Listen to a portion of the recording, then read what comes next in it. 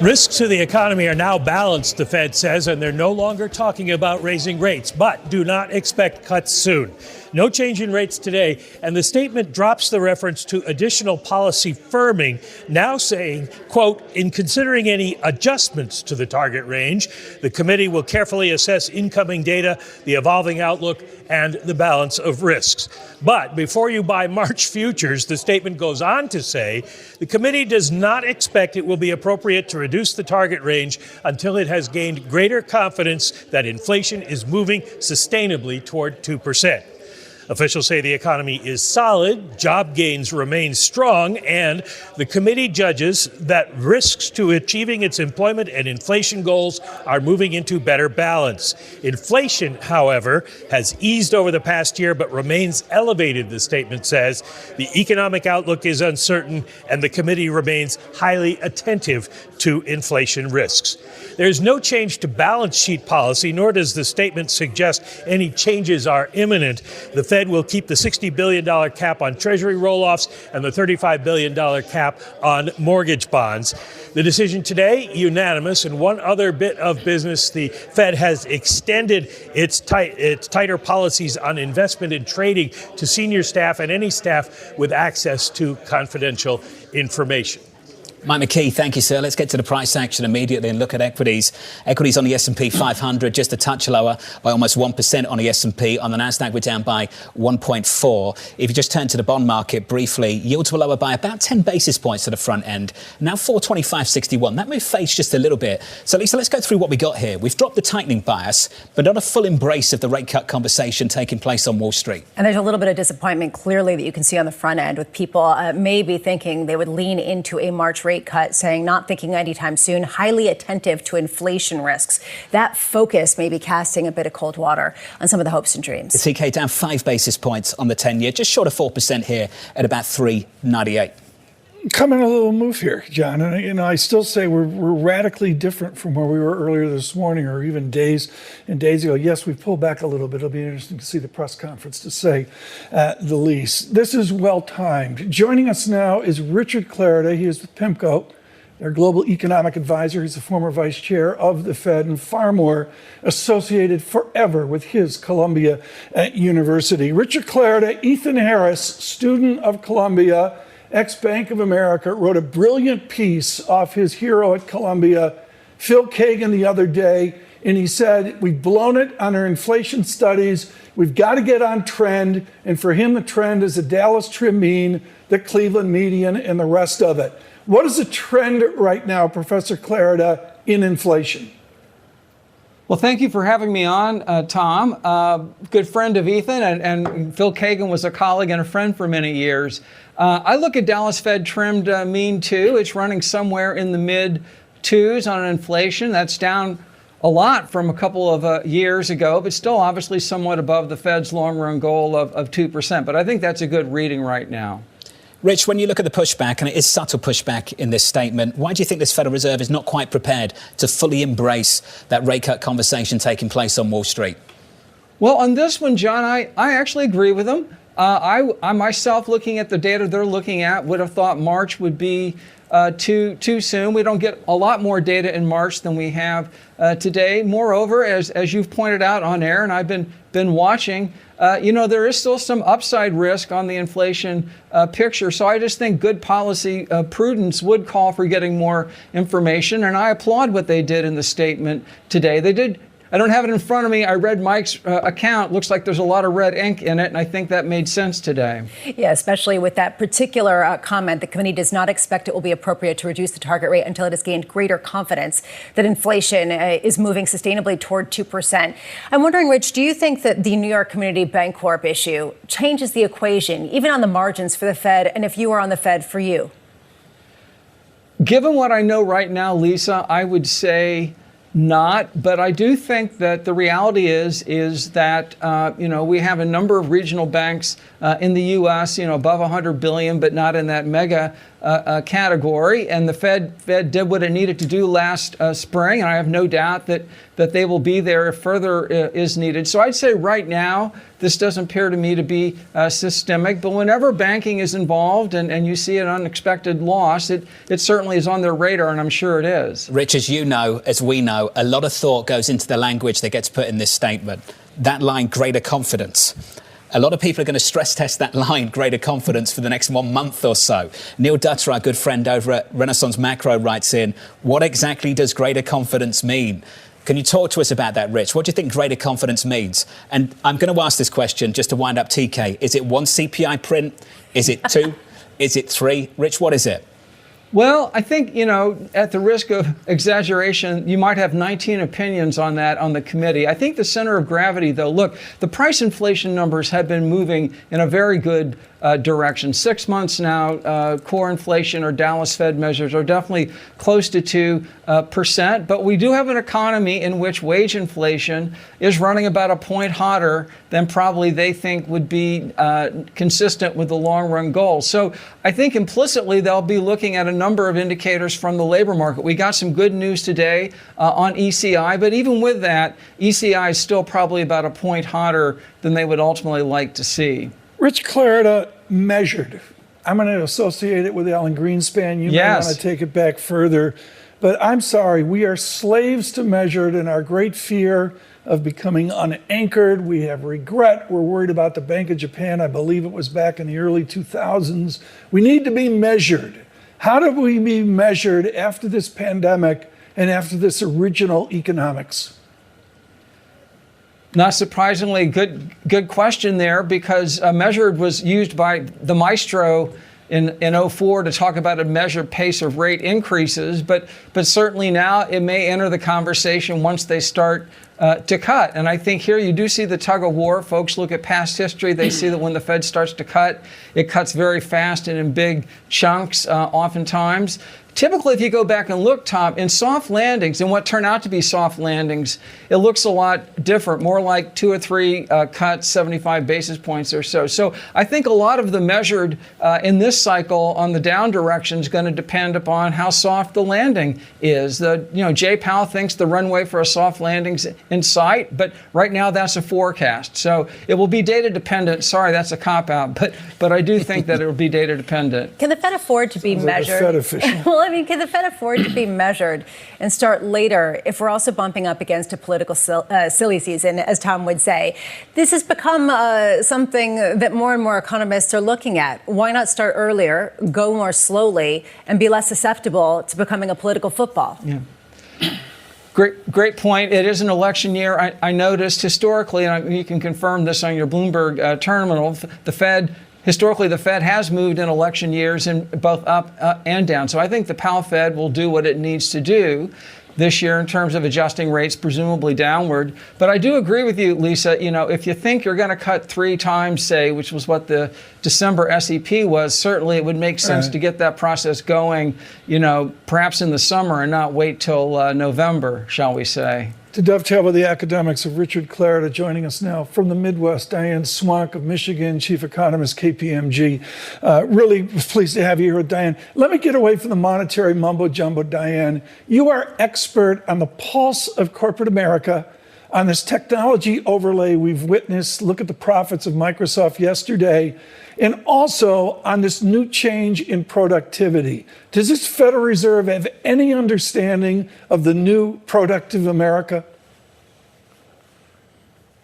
I think they do. I think they're watching it very carefully. What the question is it something that's sustainable? And, this is why I agree 100% with Rich, the measured concept, because I think the markets really want to see much more aggressive rate cuts, and the Fed, I think they start in May, but I think what's important about it is they start before the second half of the year, before we really get into the summer, and I think that's going to be justifiable. But I really think it's important to understand what's going on in terms of productivity growth picked up in part because people are not quitting jobs as much. They're learning the jobs they had. We're also finally leveraging all that technology that we took on as we pivoted online. That's all good news. The question is, how sustainable is it? And I think that's something the Fed still hasn't figured out, and that's what we're going to see in the minutes. I mean, it's really interesting to me that the December meeting, when Powell came out and had a much more dovish tone and was pretty excited, and markets got pretty excited off of his comments, the actual minutes to the meeting were that, hey, we're worried that inflation risks are to the upside. And so it'll be really interesting to see the minutes off this meeting in terms of how they see the productivity growth continuing in 2024. And, it's a cop-out. The Fed gets to be able to react and be data dependent, and Rich is absolutely right about that. But that's what they're going to do. They're looking at a meeting-by-meeting basis. And I think, we'll have enough information by May and June to begin those cuts. But I think that measured side of it is also really important because the markets really want to take off and put a lot more cuts in than the Fed is really willing to do. It was a really bizarre sequence to have the chairman engage in a conversation about interest rate cuts, then New York Fed President John Williams come out and say, not really talking about rate cuts, and then the minutes seem to back up Williams and not Powell. Diane, we'll let that go. Let's see if they repeat it again. I think, Diane, today there's a feeling they are going to engage in a conversation a little bit more openly about the timing of interest rate reductions. Do you think they need to draw a clear distinction between adjusting rates and easing policy?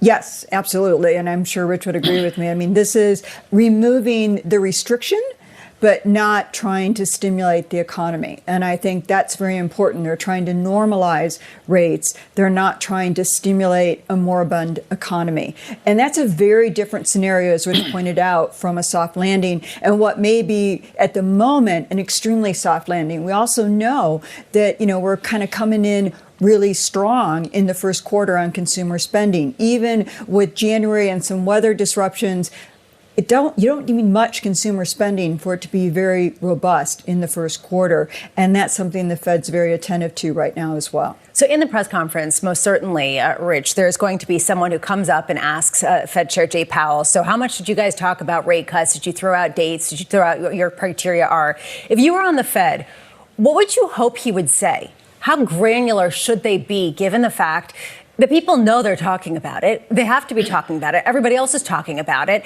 How much do they really telegraph to the market? Sometimes, Lisa, when the press conference is, moving beyond what was in the statement, sometimes because the chair wants to move in that direction or because you've got a divided committee. I think today, and of course we'll find out in 2:30, I think today is a day when the chair on that question in particular will hug the FOMC statement pretty closely because it was a big change from December. Some of it was expected, some of it was a little bit more hawkish. And so knowing Jay Powell, I think today will be a day when he gets a question like that, he will hug the FOMC statement language pretty tightly. That's what you do with Bramo questions. Just hold on to the statement, try and ignore the question. I just wonder how many times they shared the love letter from Senate Banking Committee Chair Sherrod Brown and the letter from Senator Elizabeth Warren and her Democratic colleagues. Rich, you've got experience of this under the Trump administration. It's often, and I'll say it for you, it was inappropriate then, it's inappropriate now. How did you deal with it then? How do you suspect this FOMC will deal with it now? As you see lines like this from senators down in Washington, D.C., that I urge the Federal Reserve to ease monetary policy early this year. How do you deal with that, Rich? Obviously, we had to deal with it in a different context, but it goes way back. And I think Fed institutionally and Jay Powell individually understands the stakes, and I think he just thinks this is just part of the job, and the Fed will look through it. And of course, the data is breaking in a direction where that completely reinforces it. Richard Clarida, though, this is a good time to mention, of course, this is your public service to the nation, is with John Snow in Treasury, Paul O'Neill, and your work, of course, as vice chair, recently anointed by the Museum of American Finance with the Whitehead Award. And I'm going to go back there to Paul Volcker and others. I'm sorry, Richard Clarida, at the end of the day, you were teaching Politics 101 at Columbia. This Fed has to go into an election cycle no one watching or listening has ever seen. How political does the Fed get, say, Labor Day? I think the Powell Fed will not be political, but it's inevitable monetary policy will be pulled into the political presidential discussion. I think they're prepared for it, and I think they have decided, or they're deciding what they think they need to do based on the economics, and when they're ready to go, they'll communicate it. I'm confident they'll succeed, but I don't disagree that there's going to be enhanced emphasis and focus and a political element to the focus on this. In the meantime, there's a real question, Diane, about what exactly greater confidence means, as John was talking about earlier. What metrics are you looking at? I was struck by doom spending, which of course caught my eye, but some of these areas that might be distorted because of changes post-pandemic. What gives you the clearest read? Well, I think you're just going to have to continue on the labor market and inflation. Those are the two most important things. Those are the two most important data points to the Federal Reserve, and that's what they're going to be watching. I want to just echo something that, Rich said. We've seen Powell go through some pretty hard political times already, and he's proven himself to be an institutionalist with the Fed on that, and I think that's a positive thing. The Fed doesn't have a horse in this race. That said, they will be blamed for no matter what they do, no matter what. And they know that. And I think that's what Rich is telling you. And that's, that doesn't mean their decisions are going to be influenced by it. It just means that they know how to go through the hailstorm that's about to hit them. That said, they're looking for continued improvement in inflation and continued improvement in services inflation. I think they're going to get it. And I think they will be moving by May. But the bottom line is they want to see that continued improvement. And they're also watching the consumer out there pretty closely, because this has been a remarkable, not only resilient consumer, a defiant consumer, showing just how strong they really are. Diane, Mike McKee is still listening. Before he goes into that news conference, questions for Chairman Powell. What are they now? The biggest questions are, how do you talk about what is that exact issue is? What does this mean when you guys feel confident enough to cut rates? What is going to be the criteria? That's what all the focus is going to be on. And my guess is he's going to talk about it very vaguely, and that's the problem for financial markets, because they want something concrete. And this is when you get, and ask Rich about it, but you get to the hard part between monetary policy as a science or an art. This is the art at the moment. Diane, thank you. Diane Swank there on the latest. Let's reset here. If you are just joining us live on TV and radio, it is a special edition of Bloomberg Surveillance, The Fed Decides. The news conference is in about 13 minutes' time. We had the decision about 17 minutes ago. No change on interest rates. They dropped this bias towards further tightening. There's this new line we need to talk about. The committee does not expect it will be appropriate to reduce the target range until it has gained greater confidence that inflation is moving sustainably towards 2%. So this is the market response to all of this. The equity market this afternoon looks like this on the S&P 500, down by 0.9%. We're down 1.3 on the Nasdaq. Lisa, in the bond market, yields lower by 8 or 9 basis points. Not session lows on bond yields, I have to say. This move faded just a touch. So the market is looking at the Federal Reserve, hoping they inch towards interest rate cuts. They're kind of taking a baby step today, but not fully embracing the idea just yet. The fact that they sort of said there's still a prolonged period of time before we reach our inflation targets cast some cold water. There still were people out there who thought maybe we'd get a cut at this meeting, right? That it was a live meeting. We heard some people saying that's what they should do, right? This casts some serious cold water on it. I love the idea of what we're going to hear from Jay Powell. Absolutely nothing. He will hug that statement. He will say as little as possible. He will be as ambiguous as possible. Just wait for it. I think we could get a surprise like last time, and I think Diane Swank was absolutely right about the science and the art. John, we're coming out of a pandemic. The great missed call last year was economic growth. Where were we 12 months ago? Doom, gloom. Totally. Nailed it. Total gloom. Everybody was wrong. I was wrong. Everybody else was wrong. Lisa's taking this personally right now. Oh, I know she is. Tone it down. It's great in the new studio. The Brahma cam looks beautiful. But the point here, John, is it is an art. They're making it up as they go after this massive pandemic and massive stimulus. So I think today is less predictable, because I was humbled last press conference. Tom, it's important to pause here, and I'm pleased you've brought it up. It's important to pause and go over where we were, where we thought we'd be, and where we actually are. Where we are right now is unemployment south of 4%. Inflation's doing better. Core PCE last week, we were talking about a 2 handle, not a 3, which is a massive change as well. And GDP, Tom, growth held up in the face of interest rates climbing aggressively. Now, this is not a judgment about where we're going. This is just an observation about where we are. And where we are is so much better than where we thought we'd be 12 months ago. Greenspan 101. I mean, forget about measured. We have a stock market which is voting every day, every tick. And I believe since October has been on a tear. They have to fold that into the debate as Just well. putting back from all-time highs. Robert Tipp is with us of PGIM Fixed Income alongside the former Fed Vice Chair Richard Clarida. Robert Tipp, you've had about 20 minutes to go over this one. Your reaction to it? Sure. Yeah. You know, where we are versus where we expected. I mean, we did not have a backdrop for a recession. Interest rates were raised for a reason. The system had a clean backdrop. It was not one of these backdrops that was going to crumble when interest rates were raised. It continued right through SVB. The economy has plowed through. And the Fed is fine-tuning the policy at this point. Now, they started off with the first notion of cutting rates. I mean, arguably back in July, Powell talked about how they would not wait for 2% inflation. They'll be cutting way ahead of that. Now, September saw a huge U-turn. So they were fine-tuning with maybe like a chainsaw at that point. December, they came in and we had a U-turn, and a U-turn, frankly, before that in October, they called an audible as rates went up to 5%, and they started to talk down their own higher for longer. At this point, they're really balanced. The market wants to get 200 basis points ahead of them, which is actually kind of understandable.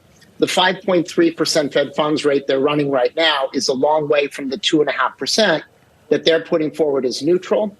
And inflation is hundreds of basis points off its highs and pretty sustainably, is down in the threes, if not down at target right now for about 6 months.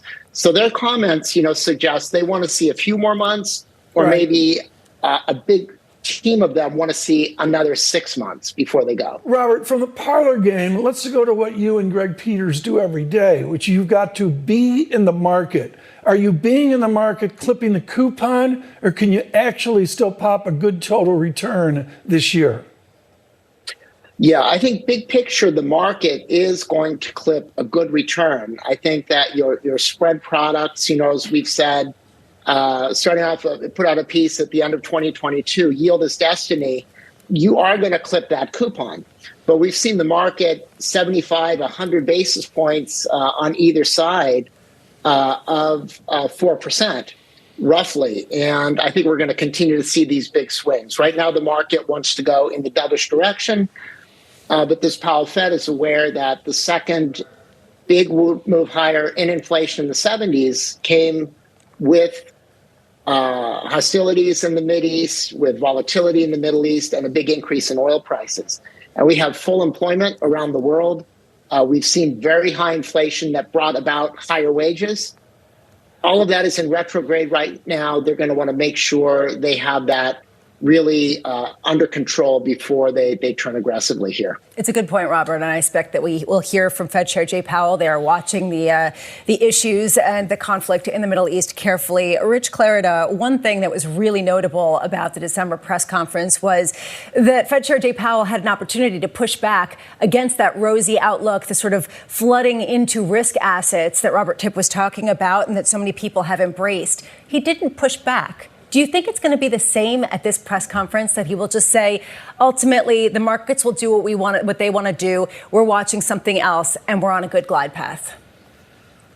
Again, I think this is going to be a press conference where it will make sense for the chair to really hug that FOMC statement. There was a lot of red ink. It was there for a reason. It gave the message that, basically trying to dissuade folks from pricing in that March adjustment and talk about they want to see the considerable and additional evidence. And so I think that's a pretty good place for him to spend most of the day, at least on those sorts of questions. I have to say, Rich, you're not hyping up this news conference at all. It sounds like Chairman Powell on repeat. I appreciate the honesty, though. Robert Tipp, just finally, I'm getting a load of people right in to say, what's the trade? What's your favourite trade right now, Robert, after what you've just heard? Yeah, I think that it's not that whether the cuts priced in are correct or not. I think it's the timing and the shape of the curve.